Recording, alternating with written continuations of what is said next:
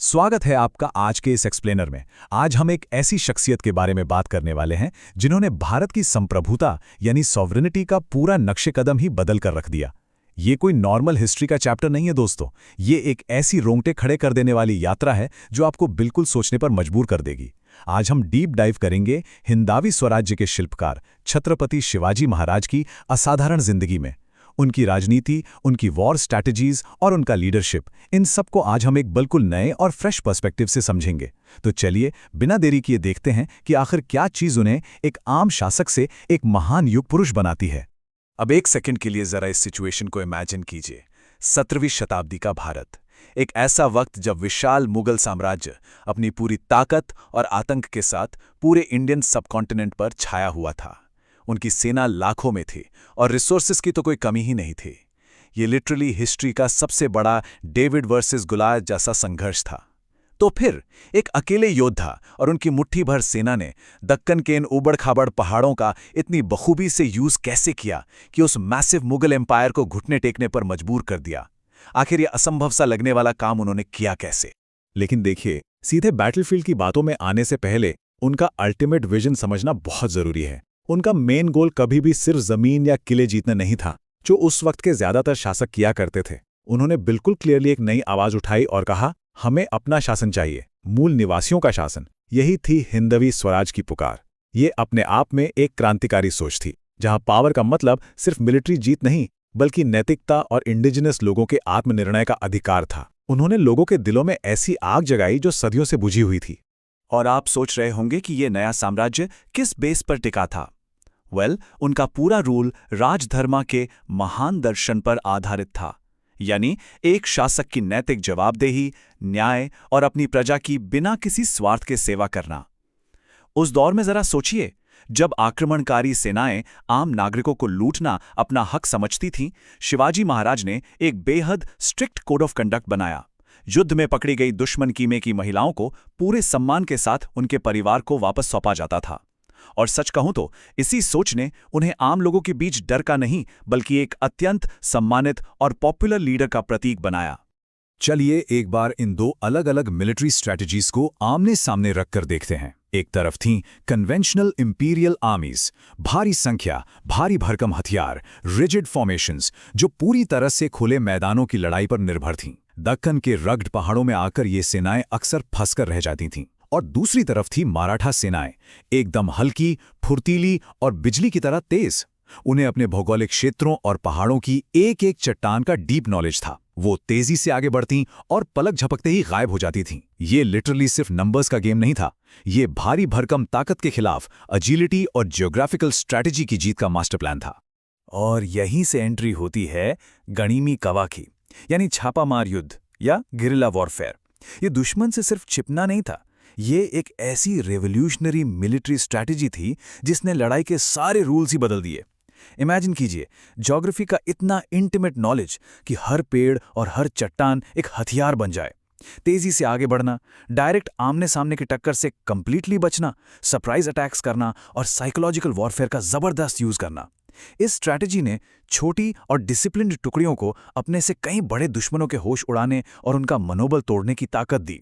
बड़े बड़े जनरल्स तो समझ ही नहीं पाते थे कि आखिर हमला हुआ कहां से। 300, ये नंबर देखकर आपको क्या लगता है? ये कोई आम संख्या नहीं है, ये उनके द्वारा बनाए और जीते गए किलों की गिनती है। रायगढ़ और प्रतापगढ़ जैसे 300 से ज्यादा स्ट्रैटेजिकली प्लेस्ड किलों ने मिलकर एक ऐसा डिफेंस सिस्टम बनाया जो पूरी तरह से डिसेंट्रलाइज्ड और अभेद्य था।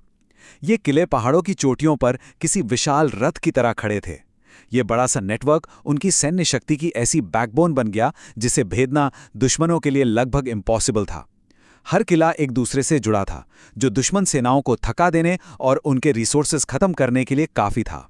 सो अब कहानी के एक बेहद रोमांचक और ऐतिहासिक पल पर चलते हैं। साल 1659, जगह थी प्रतापगढ़ की घाटी। बीजापुर के कद्दावर और खतरनाक जनरल अफजल खान के साथ एक ऐसी मुलाकात तय हुई जहां शांति वार्ता की आड़ में मौत का धोखा कंफर्म था। ये किसी रोंगटे खड़े कर देने वाले सस्पेंस थ्रिलर मूवी से कम नहीं है, जहां हवा में टेंशन साफ महसूस की जा सकती थी। दोनों पक्ष जानते थे कि इस तंबू के अंदर जो कुछ भी होगा वो दक्कन का हिस्ट्री हमेशा के लिए बदल देगा। हुआ कुछ यूं कि तय हुआ था कि दोनों नेता अकेले मिलेंगे बिना किसी हथियार के। शांति वार्ता के नाम पर दोनों का आमना सामना हुआ। अफजल खान, जो हाइट और बिल्ट में काफी विशाल था, उसने आगे बढ़कर शिवाजी महाराज को गले लगाया और उसी पल अपने छिपे हुए चाकू से एक जानलेवा हमला कर दिया। चाकू सीधे उनकी पीठ पर पड़ा, लेकिन छत्रपति शिवाजी महाराज इस धोखे को पहले ही भांप चुके थे। उन्होंने अपने कपड़ों के नीचे एक लौह कवच पहना हुआ था। चाकू उस आमा से टकराया और उनकी जान बच गई। अगले ही पल महाराज ने अपने छिपे हुए वाघनख यानी बाघ के नाखूनों से ऐसा डेडली काउंटर अटैक किया जिसने उस विशाल जनरल का वहीं अंत कर दिया। यह किस्सा उनकी दूरदृष्टि और ब्रिलियंस का एक सबसे बड़ा प्रतीक है। लेकिन इस एनकाउंटर के बाद की एक और बेहद फैसिनेटिंग बात देखिए। उनका एक बड़ा ही फेमस थॉट है, एक बार दुश्मन मर गया तो दुश्मनी भी खत्म हो जाती है। एक अचानक हुए जानलेवा हमले और इतने बड़े धोखे के बावजूद शिवाजी महाराज ने अफजल खां के शव का अपमान नहीं होने दिया, बल्कि उन्होंने उसे इस्लामी रीति रिवाजों के अनुसार दफनाया और उसकी कब्र बनवाई, जो आज भी वहां मौजूद है। ये घटना लिटरली इस बात को प्रूव करती है कि उनका युद्ध किसी धर्म के खिलाफ था ही नहीं, बल्कि सिर्फ अत्याचार और एक्सपेंशनिज्म के खिलाफ था। अब एक खतरनाक जनरल को मात देने के बाद आगे एक और बड़ा चैलेंज था। एक ताकतवर सम्राट के उस अभेद्य जाल से आखिर कोई कैसे बच सकता है, जिसे तोड़ना किसी इंसान के बस की बात ना मानी जाती हो। चलिए चलते हैं साल 1666 में, जब शिवाजी महाराज आगरा में मुगल सम्राट औरंगजेब की कड़ी नजरबंदी में फंसे थे। स्ट्रिक्ट हाउस अरेस्ट, चारों तरफ पहरा और निकलने का एब्सोल्युटली कोई रास्ता नहीं। ये उनकी ऐतिहासिक यात्रा का एक और दिलचस्प और रहस्यमयी मोड़ है। आगरा से उनका ये ग्रेट एस्केप शुरू होता है एक बेहतरीन नाटक से। उन्होंने क्या किया? सबसे पहले एक अत्यधिक बीमार होने का नाटक किया, ऐसी बीमारी जो लगभग जानलेवा लग रही थी। फिर अपनी हेल्थ की दुआओं के लिए उन्होंने रोजाना मिठाइयों और फलों की बड़ी बड़ी टोकरियां साधु संतों और गरीबों को भेजना शुरू कर दिया।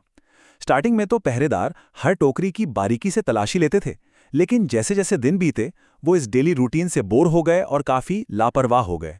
और दोस्तों, यही था वो गोल्डन मोमेंट। एक दिन उन्हीं टोकरियों में छिपकर और बाद में साधुओं का भेष बनाकर वो उन हजारों पहरेदारों की आंखों में धूल झोंककर निकल गए। इस एक ऑडिशियस प्लान ने औरंगजेब को पूरे दरबार में बुरी तरह ह्यूमिलिएट किया और शिवाजी की लेजेंड को हमेशा के लिए अमर कर दिया। दक्कन की इन पहाड़ियों और आगरा की कहानियों से अब थोड़ा आगे बढ़ते हैं। अब बात करते हैं उस फील्ड की जिसे उस वक्त के लगभग सारे भारतीय शासकों ने टोटली इग्नोर कर दिया था, समुंदर। आपको पता है, उन्हें आज भारतीय नौसेना का जनक या father of the Indian navy कहा जाता है। ये अपने आप में बहुत रेयर बात थी। जब बाकी राजा सिर्फ जमीन पर कब्जा करने में लगे थे, उन्होंने रियलाइज कर लिया था कि फ्यूचर में असली खतरा और ताकत समुद्री लहरों से आएगी।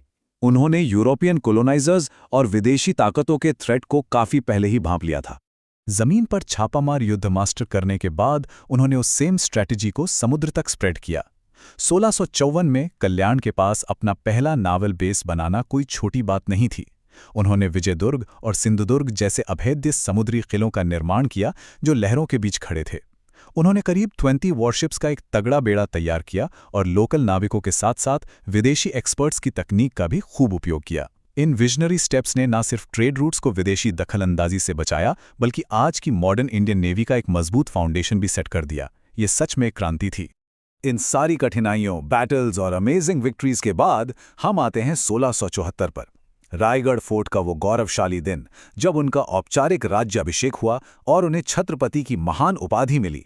ये सिर्फ एक नॉर्मल ताजपोशी नहीं थी, ये एक ओपन डिक्लेरेशन था कि मराठा एम्पायर अब किसी मुगल सम्राट या विदेशी ताकत का वैसल नहीं है। ये एंशिएंट इंडियन पॉलिटिकल कल्चर और सॉवरेनिटी का एक कॉन्शियस रिवाइवल था, जिसने इस नए साम्राज्य को एक पूर्ण और नैतिक रूप से लेजिटिमेट आधार दे दिया। तो फाइनली इस एक्सप्लेनर के एंड में मैं आपके पास एक सवाल छोड़ता हूं। क्या सच्ची राजनीतिक अथॉरिटी सिर्फ मिलिट्री ताकत और सैन्य कब्जे से आती है, या फिर वो लोगों की अपनी मिट्टी से जुड़े रहने, अपनी कल्चरल हेरिटेज और प्रजा की सेवा करने की ड्यूटी से बनती है? छत्रपति शिवाजी महाराज का हिंदवी स्वराज का ये महान मॉडल आज भी इसका सटीक उत्तर देता है। उनका एथिकल लीडरशिप और दूरदृष्टि आज सदियों बाद भी हमारे लिए उतनी ही प्रेरणादायक है। तो आपको क्या लगता है? इस पर जरूर सोचिए और अपनी राय बनाइए।